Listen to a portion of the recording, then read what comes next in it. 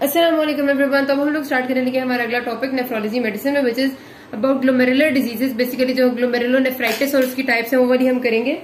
इसमें इस तरह से ग्रुप में डिवाइड किया हुआ है कि वो वाली ग्लोमेरुलर डिजीजेस जिनकी टिपिकल प्रेजेंटेशन नेफ्रोटिक सिंड्रोम के साथ होती है, ये 3 यहाँ पर लिख दिए मैंने, ठीक है। फिर मैं अगली वाली ग्लोमेरुलर डिजीज अगली वीडियो में जो बताऊंगी वो वाली जिनमें टिपिकली पेशेंट नेफ्रिटिक के साथ प्रेजेंट करते हैं। कुछ में ऐसी होती है जो कि थोड़ा सा मिक्स्ड पिक्चर होती है, मतलब नेफ्रिटिक दोनों तरह की पिक्चर आ रही होती है। उससे पहले मैं आपको ये वाली कराने के बाद पहले नेफ्रिटिक सिंड्रोम पढ़ा दूंगी और फिर वो बता दूंगी, ठीक है। पढ़ा हुआ है आपने, लेकिन क्योंकि अब ये जो डिजीज है इनमें से सारी आपके लॉन्ग उसमें नहीं आती होती, ठीक है, क्वेश्चन में नहीं आती। अगर कोई पूछ भी लेगा, क्योंकि इनमें ना ज्यादा चीज पैथोजेनेसिस से रिलेटेड है, इनमें ट्रीटमेंट को इतनी कॉम्प्लेक्स होती नहीं है, क्योंकि जाहिर है हर पेशेंट इसमें ज्यादा से ज्यादा स्टीरॉइड की ही रिस्पॉन्स देते हैं। तो इनमें से 1-2 ऐसी डिजीजेस हैं जो कि आती हैं एसीक्यू में। मैं आपको उसको जरा ज्यादा डिटेल में बताऊंगी कि क्या चीजें ज्यादा आती हैं। बाकी के मैं इनमें से जैसे मैंने तीनों साथ इसीलिए लिखी हैं कि एमसीक्यू के हिसाब से जो पॉइंट्स आते हैं वो आपने साथ जहन में रखने हैं, और फिर इनको आप बेशक डिटेल में बहुत ज्यादा ना पढ़ें, क्योंकि ये सिर्फ बेसिकली एमसीक्यू के लिए ज्यादा इंपॉर्टेंट है। एमसीक्यूज में इसमें पॉइंट्स आते होते हैं।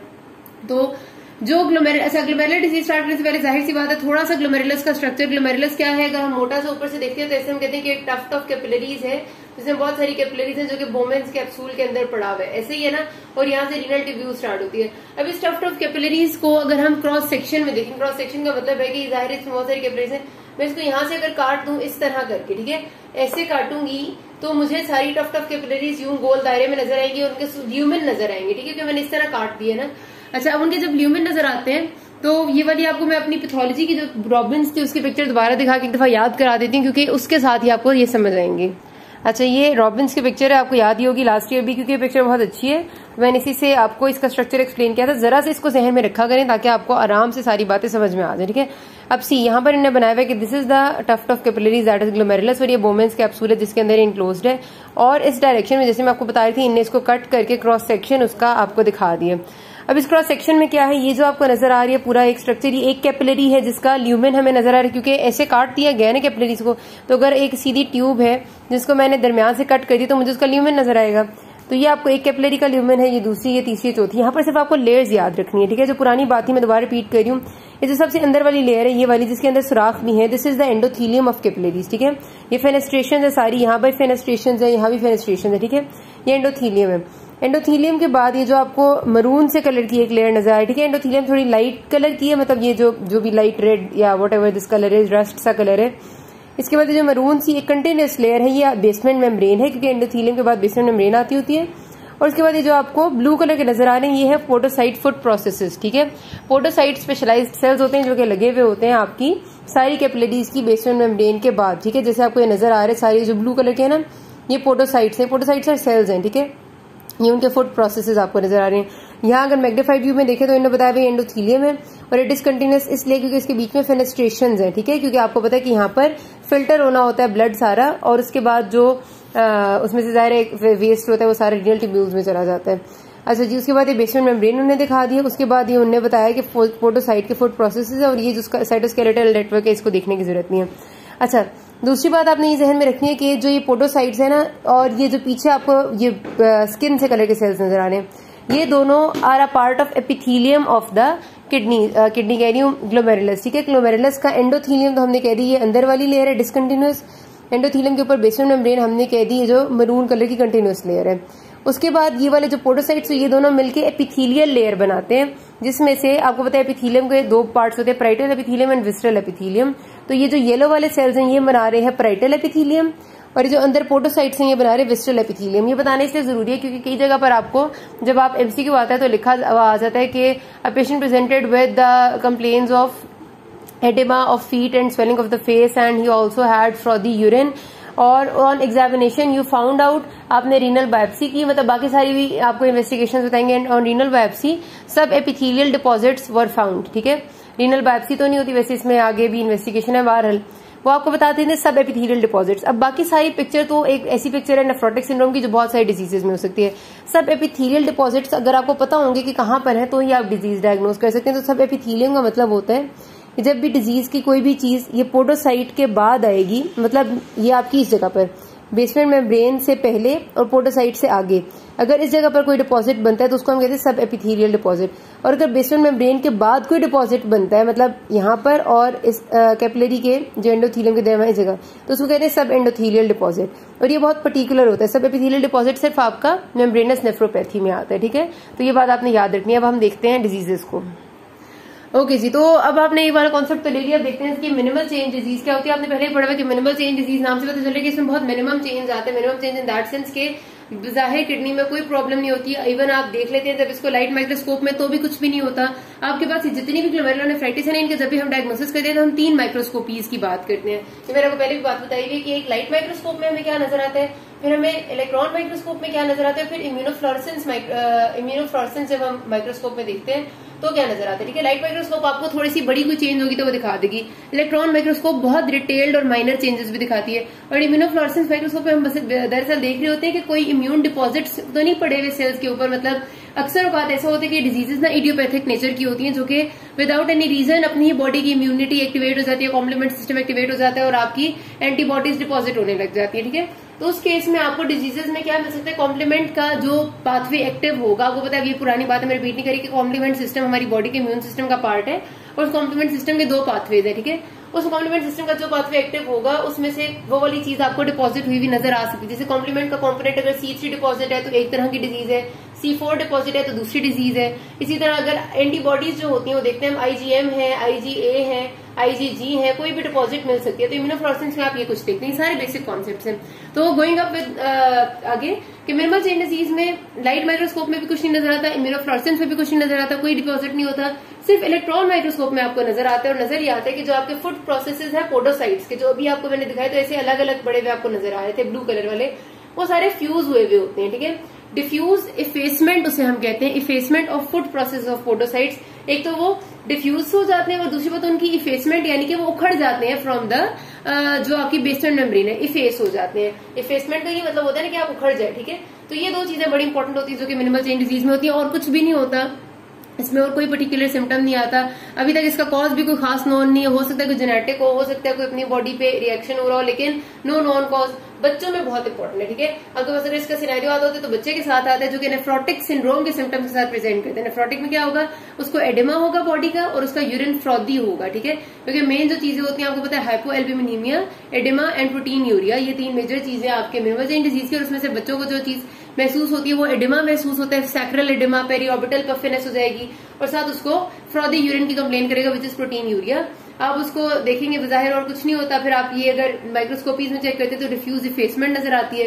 तो मिनिमल चेन डिजीज का प्रोग्नोसिस अच्छा है। आपको सिर्फ देना क्या होता है, हाई डोज स्टीरॉइड थेरेपी, ठीक है। इसकी ट्रीटमेंट में और कुछ भी नहीं, हाई डोज स्टीरॉइड देते हैं, ग्लूकोकॉर्टिकॉइड्स, और उससे अक्सर पेशेंट्स रिस्पॉन्ड कर जाते हैं। बहुत बच्चे तो तकरीबन सारे रिस्पॉन्ड कर जाते हैं, बहुत कम पेशेंट्स होते हैं जो उनसे उस डिजीज स्टीरॉइड्स पे भी नहीं ठीक होते और फिर उनका प्रोग्नोसिस बुरा ही जाता है, ठीक है। तो high dose steroid is the therapy और इससे ठीक हो जाते हैं मिनिमल चेन डिजीज। बस इसमें आपने एक बात याद रखनी कि diffuse effacement of foot process of podocyte बच्चों में and high dose steroid. Then you come up with focal segmental glomerulosclerosis, FSGS जिसको कहते हैं। अब आपको नाम से ही काफी हद तक अंदाजा हो जाता होगा। देखिए फोकल है का मतलब है कि चलो फोकल तो इतना कुछ नहीं होता है। सेगमेंटल का मतलब है कि कोई ऐसी चीज है जो कि सेगमेंट्स को इन्वॉल्व कर रही है, डिफ्यूज इन्वॉल्वमेंट नहीं है, ठीक है। ग्लोमेरुलोस्क्लेरोसिस, ग्लोमेरुलस की स्क्लेरोसिस यानी हार्डनिंग हो रही है, तो यही इसमें हो रहा होता है। इसमें क्या होता है इस डिजीज में कि आपके पास जगह जगह पर आपकी जो ग्लोमेरुलर ये होती है बेसमेंट मेम्ब्रेन होती है उसकी थिकनिंग हो जा रही है, ओवरऑल आपकी बल्कि ग्लोमेरुलस की ही थिकनिंग आपको नजर आती है। तो FSGS में आपका जो कैरेक्टरिस्टिक सिम्टम होता है वही कि आप जब ऐसे ग्लोमेरुलस को देखते हैं तो आपको जगह जगह पर नजर आता है कि hardening and thickening and sclerosis हुई हुई है। और आपको पता है कि जाहिर है कैपिलरीज हैं ग्लोमेरुलस, और capillaries should be very much elastic, ताकि जब ब्लड फ्लो आए तो वो आराम से उसको थोड़ा सा एक्सपैंड कर दें, फिर रिकॉइल करेंगी तो ब्लड आराम से आगे चला जाएगा। तो आर्टरीज कैपिलरीज को बहुत इलास्टिक होना चाहिए, लेकिन ये इलास्टिक नहीं होती, यहाँ पर थिकनिंग हो जाती है पोर्शन की ग्लोमेरुलस की, ठीक है। फोकल सेगमेंटल ग्लोमेरुलोस्क्लेरोसिस इसीलिए इसका नाम है। और कुछ इसमें वही बात है कि फुट प्रोसेस ऑफ पोडोसाइट्स भी आपको फ्यूज नजर आते हैं कहीं पर, लेकिन मेन बात इसमें ये कि सेगमेंटल थिकनिंग एंड स्क्लेरोसिस, इसमें भी आपको कोई खास डिपॉजिट्स नहीं मिलते कि किसी खास किस्म के डिपॉजिट आपको मिले, बहुत स्पेसिफिक नहीं है इसके लिए। इसमें जो इंपॉर्टेंट बात आपसे पूछते हैं ना, वो पूछते हैं कि इसकी सेकेंडरी कॉजेज क्या है। प्राइमरी कॉज का मतलब तो होता है ना कि इडियोपैथिक है, जिसका हमें नहीं पता, और कॉमन भी वही होती है, लेकिन इसकी सेकेंडरी कॉजेज कोई मुश्किल भी नहीं है, लेकिन फिर भी पूछते हैं कि किन किन डिजीजेस के साथ इसका एसोसिएशन है। तो आपने याद रखना है कि कोई आपकी HIV इन्फेक्शन, ठीक है, ये आप बेशक आपके पास लिखा हो भी, हर बुक में लिखा होता है, लेकिन अभी भी आपने लिखने तो लिखने, HIV हो गया, हेरोइन अब्यूज है, ओबेसिटी है एंड हाइपरटेंशन, ठीक है। ये चीजें जो मैंने बोली है, हेरोइन आ गई, ओबेसिटी एंड क्रॉनिक हाइपरटेंशन, ऐसी हाइपरटेंशन नहीं। इन डिजीजेस के साथ अक्सर FSGS देखी गई है, लेकिन वही बात है कि जब आप इन डिजीज के साथ FSGS देखते हैं तो अक्सर आपको कोई साथ और भी लीजन नजर आ जाती है किडनी में, ग्लोमेरुलस में, क्योंकि अब होता है chronic hypertension hypertensive vascular disease कर देती है, हो सकता है आपको कोई और वेस्कुलाइटिस भी साथ मिल रहा हो। हीरोइन अब्यूज की वजह से वेसल्स में और तरह का भी मसले हो रहे होते हैं, मतलब उनमें भी इन्फ्लेमेशन चल रही होती है। HIV तो एक बहुत ही वाइड स्प्रेड सा रिएक्शन करती है। तो जब इन डिजीज के साथ आप देखते हैं ना FSGS को, तो आपको और भी लीजन्स किडनी के अंदर मिल रही होती है, लेकिन जो इसका सेकेंडरी एसोसिएशन है वो इन्हीं डिजीजेस के साथ है, या फिर पहले अगर कोई ग्लोमेरुलर इंजरी हुई है किसी और रीजन से तो भी आपकी रिजल्टेंट स्क्लेरोसिस हो सकती है। तो ये बातें आपसे इस डिजीज में पर्टिकुलरली पूछते हैं और कुछ भी ज्यादा नहीं पूछते। दूसरी इंपॉर्टेंट बात जो यहाँ पर आपसे कहते हैं याद रखने के लिए, वो कहते हैं कि इसको आपने मिनिमल चेंज डिजीज से डिफरेंशिएट जरूर करना होता है, और उसकी डिफरेंशिएशन यही है, मैंने आपको बताया कि मिनिमल चेंज में और कुछ भी नहीं मिलेगा सिवाय diffuse effacement of food processes, वो भी इलेक्ट्रॉन माइक्रोस्कोपी पे, और कोई थिकनिंग नहीं मिलेगी, जबकि इसमें स्क्लेरोसिस के एरियाज मिलते हैं। जरूरी इसे डिफरेंशिएट करना क्योंकि दोनों का प्रोग्नोसिस बहुत डिफरेंट है। पहली बात तो ये ज्यादा एडल्ट ग्रुप में होती है, बच्चों में नहीं होती, और इसको भी हमने ट्रीटमेंट में हाई डोज ग्लूकोकॉर्टिकॉइड देते हैं। फॉर एग्जांपल इसकी डोज होती है 0.5 से 2 मिलीग्राम पर kg पर डे, ठीक है, which is very much high dose, लेकिन अक्सर लोग इससे भी रिस्पॉन्ड नहीं करते। तो फिर इसमें जो सेकंड चीज हम देते हैं वो साइक्लोस्पोरिन या साइक्लोफॉस्फेमाइड वगैरह देते हैं, ठीक है। तो ये वाली जो ड्रग्स हम होते हैं इनके साइड इफेक्ट्स भी काफी होते हैं, तो ये जो चीजें की ट्रीटमेंट के लिए दी जाती है, लेकिन तब भी इसमें अक्सर लोग जो है फुल ब्लोन नेफ्रोटिक सिंड्रोम और even and stage renal disease इनकी डेवलप हो जाती है 10 साल के अंदर, ठीक है। तो इसका प्रोग्नोसिस इतना अच्छा नहीं है। मिनिमल चेंज बिल्कुल 100% क्योर भी हो जाती होती है, ये नहीं हुआ करती। इसमें आपने ये चीजें नहीं भूलनी। बाकी जो पैथोजेनेसिस है ना, जो हमने शायद आपको याद हो कि हमने अपनी जब पैथोलॉजी में ये सारी डिजीजेस पढ़ी थी तो हमने बड़ी डिटेल में पैथोजेनेसिस इनकी पढ़ी थी। अभी भी अगर मैं आपको बताऊं तो इस डिजीज में आपके स्क्लेरोसिस हो रही होती है, लिपिड ड्रॉपलेट्स आपके नजर आ रहे होते हैं इसकी पैथोजेनेसिस की जो पिक्चर है उसमें, उसके साथ साथ आपको FSGS में और भी कोई ना कोई कैरेक्टरिस्टिक फीचर्स मिल रहे थे, तो वो अब आपसे कोई भी नहीं पूछेगा, ठीक है, कि कैपिलरी ल्यूमेन ऑब्लिटरेट है या नहीं, हाइलेनोसिस, क्योंकि यहाँ पर अब आपके पास बातें ज्यादा ट्रीटमेंट और क्लिनिकल प्रेजेंटेशन से रिलेटेड है। तो क्लिनिकल प्रेजेंटेशन इसकी भी नेफ्रोटिक सिंड्रोम वाली होगी, और sudden development of nephrotic syndrome होता है, मतलब अचानक से, ये नहीं कि आहिस्ता आहिस्ता, मिनिमल चेंज में थोड़ा सा ग्रेजुअल डेवलप होता है, इसमें बहुत सडन, अचानक से एकदम से, मतलब 2 दिन लगे और इतना ज्यादा पाँव सूज गया और एकदम से मुंह बहुत ज्यादा सूज गया और यूरिन फ्रॉदी हो गया, तो sudden development of nephrotic syndrome इसके साथ ही प्रेजेंट करते हैं। तो third disease that is membranous nephropathy. अब इसको आपने कैसे याद रखना है कि इसमें मेम्ब्रेनस नेफ्रोपैथी का मतलब है कि सारी ही मेम्ब्रेन्स में कोई पैथोलॉजी हो रही है, ठीक है, ओवरऑल है। तो इसमें क्या होता है कि बेसिकली डिफ्यूज इन्वॉल्वमेंट होती है सारे के सारे ही आपके कैपिलरी की, जो आपकी मेम्ब्रेनस नेफ्रोपैथी, और इसमें सारी ही आपकी ग्लोमेरुलर बेसमेंट मेम्ब्रेन थिक हो जाती है, ठीक है। यहाँ पर तो हमने कहा था कि थिकनिंग स्क्लेरोसिस कुछ सेगमेंट्स में होता है, यहाँ पर डिफ्यूजली पूरी आपकी जो ग्लोमेरुलर बेसमेंट मेम्ब्रेन है उसकी थिकनिंग हो जाती है। तो ये मेम्ब्रेनस नेफ्रोपैथी होती है। और उसके साथ जो इसका दूसरा कार्डिनल फीचर होता है कि जब हम इलेक्ट्रॉन माइक्रोस्कोपी पे देखते हैं तो वी फाउंड सब एपिथेलियल डिपॉजिट्स। अगर आपके पास कभी भी MCQ में वो ये चीज लिख दें कि सब एपिथेलियल डिपॉजिट्स हमें मिले हैं, मतलब एक पेशेंट आपको कहते हैं कि प्रेजेंट किए नेफ्रोटिक सिंड्रोम के फीचर्स के साथ, और उसके साथ हमने जब उसकी माइक्रोस्कोपी की तो हमें सब एपिथेलियल डिपॉजिट्स मिले हैं, इसका मतलब होगा कि उसको मेम्ब्रेनस नेफ्रोपैथी, ठीक है। कि सब एपिथेलियल डिपॉजिट्स मैंने भी आपको जिस तरह बताया था कि पोडोसाइट्स के फूड प्रोसेसेस के बाद होंगे यहाँ पर, और ग्लोमेरुलर बेसमेंट मेम्ब्रेन से पहले। ग्लोमेरुलर बेसमेंट मेम्ब्रेन और पोडोसाइट के फूड प्रोसेस के दरमियान में जो होते हैं वो सब एपिथेलियल होते हैं, तो यहाँ पर डिपॉजिट मिलते हैं, तो मेम्ब्रेनस नेफ्रोपैथी होती है। और इसमें भी आपकी मैंने डिफ्यूज हो जाती है, डिफ्यूज इन्वॉल्वमेंट होती है पूरी की पूरी GBM की।